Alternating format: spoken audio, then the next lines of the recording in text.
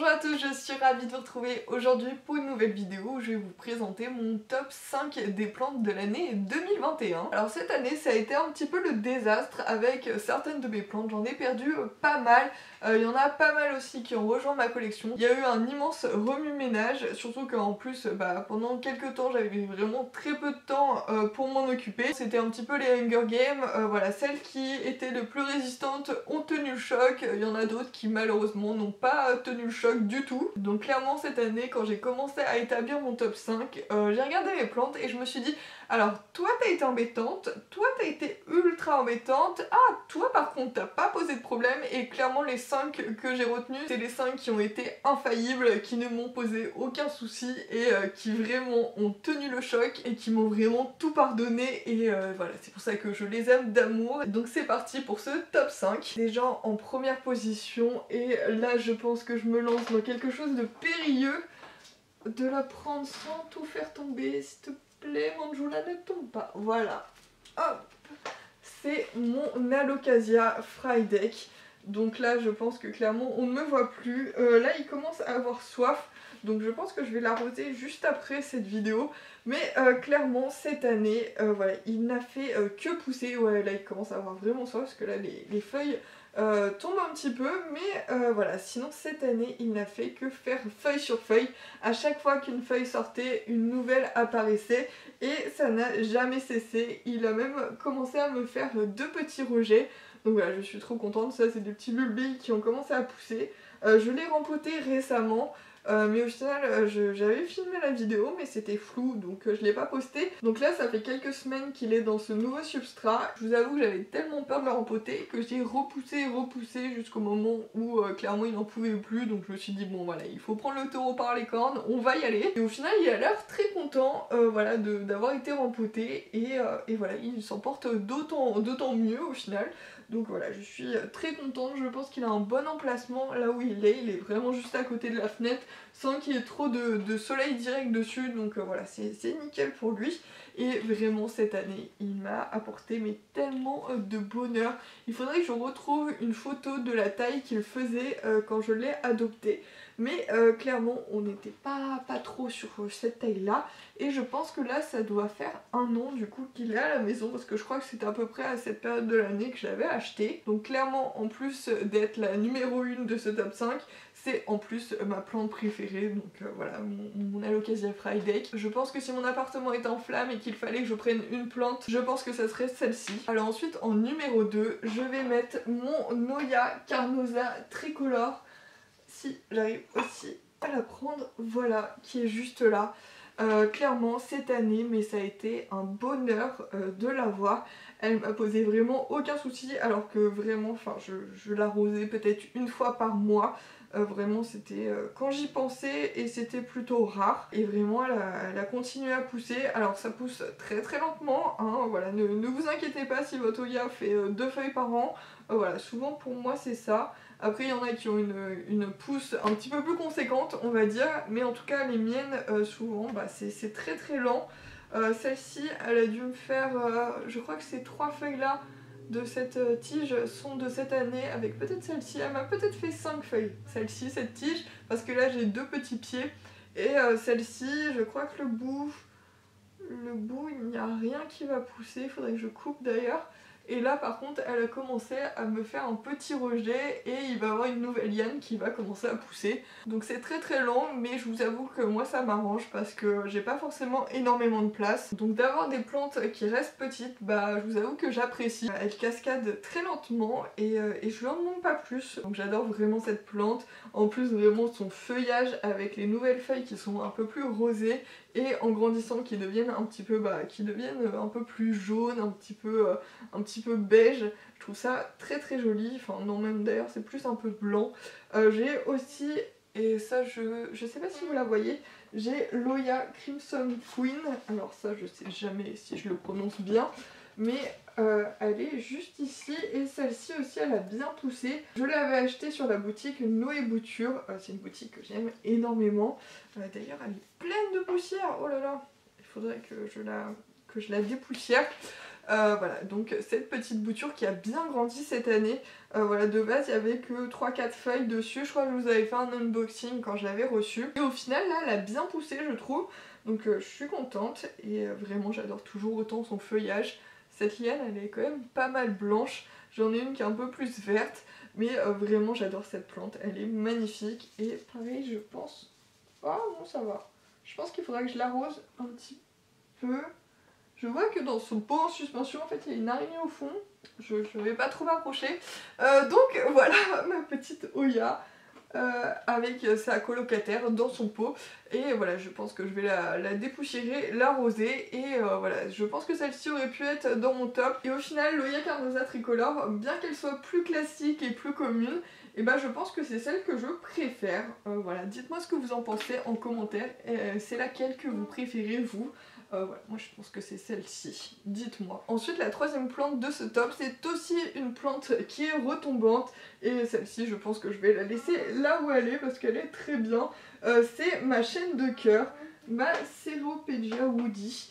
Donc celle-ci c'est la classique. Je vous aurais bien montré la variegata que j'ai aussi.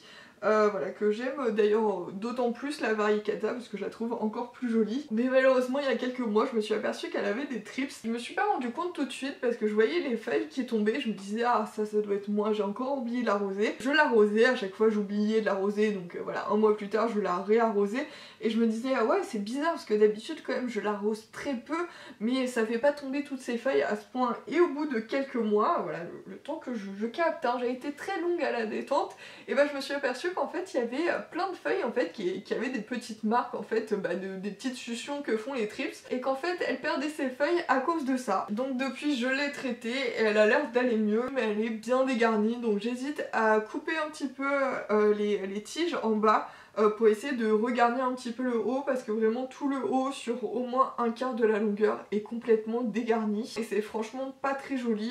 Donc voilà, je pense que je ferai ça peut-être en vidéo. Mais du coup dans ce top j'ai préféré mettre la Ceropegia woody classique. Celle-ci ne m'a posé aucun problème, elle est là depuis que je l'ai achetée. Je crois que je l'avais achetée chez Plantes pour tous, je crois qu'elle s'arrêtait là quand je l'ai achetée, et au final bah maintenant on en est ici. Donc il y a une bonne évolution. D'ailleurs j'ai l'impression que dès que je l'arrose, voilà, elle se me met à pousser d'au moins 5 cm une fois que je l'ai arrosée. Donc voilà, j'essaye de faire ça un petit peu plus fréquemment, parce que c'est vrai, c'est le genre de plante que je laisse un petit peu de côté, et de temps en temps quand j'y pense je me dis ah oui c'est vrai, il faut que je l'arrose. Mais au final je trouve que c'est bien aussi d'avoir des plantes comme ça dégage un petit peu l'esprit, parce que c'est vrai qu'il y a des plantes qui demandent énormément d'entretien et beaucoup d'attention, et d'avoir aussi des plantes à côté qui contrebalancent un petit peu en étant plus facile d'entretien, voilà, ça fait du bien aussi d'avoir des plantes un petit peu plus reposantes on va dire. En numéro 4 j'ai mis une plante que je ne voulais plus.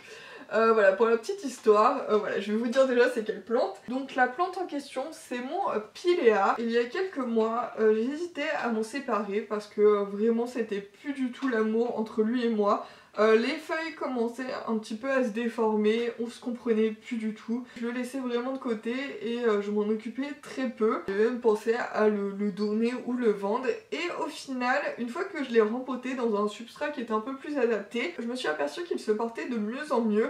Voilà, toutes les feuilles ont commencé à ne plus être déformées, à être vraiment bien plates. Les feuilles ont arrêté d'être ultra fragiles parce que j'avais l'impression que à chaque fois que je le touchais, il y avait une feuille qui tombait, donc voilà, je l'approchais plus. Et au final je l'ai laissé un petit peu vivre sa vie dans son coin, et ma foi de fil en aiguille, à force de le voir, de voir qu'il était facile, reconnaissant, qu'il me faisait feuille sur feuille, alors que vraiment j'étais pas forcément la personne la plus attentionnée avec lui, voilà, alors que je l'avais clairement mis un petit peu de côté. Au final ça m'a redonné espoir, et j'ai pris de plus en plus de plaisir à le chouchouter, et c'est pourquoi je pense qu'il avait totalement sa place dans ce top, parce qu'on passe d'un désamour total à au final beaucoup d'amour en quelques mois. Et je trouve que c'est ça aussi qui est beau avec les plantes. Des fois on peut passer des mois à avoir une plante et on se comprend pas, ça capte pas, on comprend pas leur langage et au bout d'un moment on va réussir à parler la même langue et comprendre les besoins de la plante. Honnêtement avec ce pilea pendant des mois je ne comprenais pas ce qu'il voulait, je ne savais pas, alors que pourtant j'en ai eu d'autres des pileas, mais avec celui-ci bah ça passait pas. Et au final au bout d'un moment bah on a réussi à s'accorder, à être sur la même longueur d'onde et ça je trouve ça génial. Il avait clairement sa place dans ce top. Et pour finir la cinquième plante de ce top c'est ma petite plante carnivore, ma Pinguicula. Je sais pas si je l'ai bien dit, mais c'est une petite plante qui se présente comme ça et en fait elle a je sais pas comment dire, le revêtement de ses feuilles, je sais pas comment dire, la texture qui en fait est un petit peu, comment dire, ça fait un peu comme du scratch et du coup bah, les petits moucherons restent accrochés dessus et elle se nourrit comme ça, voilà, en les désagrégeant un petit peu, voilà, c'était une explication assez pourrie, mais voilà, pour vous dire que c'est une plante carnivore qui du coup mange tous les petits moucherons qu'il y a chez moi et ça je trouve que c'est génial. Au début on avait un petit peu de mal à se comprendre parce que une plante carnivore déjà c'était ma toute première et j'avais tendance à un petit peu trop l'arroser au début, surtout que je l'ai achetée en hiver, donc clairement ça lui a pas plu, elle m'a fait beaucoup de feuilles jaunes, j'ai même cru que j'allais la perdre et au final un petit peu comme le pilea, au bout d'un moment j'ai compris ce qu'elle voulait et maintenant ça va beaucoup mieux et c'est tellement chouette. Alors je sais pas si on va voir quelque chose, mais en tout cas il y a une petite fleur violette, elle fait des petites tiges avec au bout des petites fleurs violettes. J'essaierai de vous mettre une photo s'il y en a une qui traîne dans mon téléphone et c'est vraiment une plante que j'aime beaucoup. Je l'ai encore jamais rempotée, j'ai pas essayé encore, mais j'avais quand même acheté du terreau pour plantes carnivores. Chaque fois qu'il y a une plante que j'aime beaucoup je retarde toujours à la rempoter, j'ai toujours cette petite appréhension, je sais pas si ça vous le fait aussi, mais quand il y a une plante voilà, qui me tient à cœur, je me dis à chaque fois c'est tellement beau, ça se passe tellement bien avec cette plante, j'ai pas envie de faire un rempotage raté. Donc au final clairement je laisse traîner, ce qui n'est pas forcément toujours une bonne chose. Et du coup avec cette petite Pinguicula pour l'instant ça a l'air de bien lui contenir, hein. J'ai pas l'impression qu'il y ait de racines qui ressortent en dessous. Alors ma technique pour l'entretenir c'est tout simplement tant qu'on est au printemps et en été en fait, tant que les températures sont un petit peu chaudes, je la laisse continuellement dans de l'eau déminéralisée, de l'eau de pluie. Voilà, en fait il faut de l'eau qui ne soit pas calcaire parce que le calcaire tue les plantes carnivores, donc voilà, il faut absolument pas de l'eau du robinet par exemple. Quand on est en printemps-été, je la laisse avec un fond d'eau, même des fois, voilà, je remplis tout le bol et je la mets dedans. Par contre à partir de cette période de l'année, voilà, je vais plus du tout remplir son bol, par contre je vais l'arroser régulièrement, mais je vais plus du tout la laisser tremper parce que j'ai appris de mes erreurs, donc voilà, je vais l'arroser régulièrement mais pas la laisser détremper parce que là clairement ça va faire comme l'année dernière et ça va faire jaunir ses feuilles. Sur ce, cette vidéo est terminée, j'espère qu'elle vous a plu. Si c'est le cas, n'hésitez pas à vous abonner à la chaîne et à mettre un petit pouce en l'air. Je vous attends en commentaire avec votre top 5 de l'année 2020, j'ai hâte de vous lire et je vous dis à très vite pour une nouvelle vidéo. Ciao!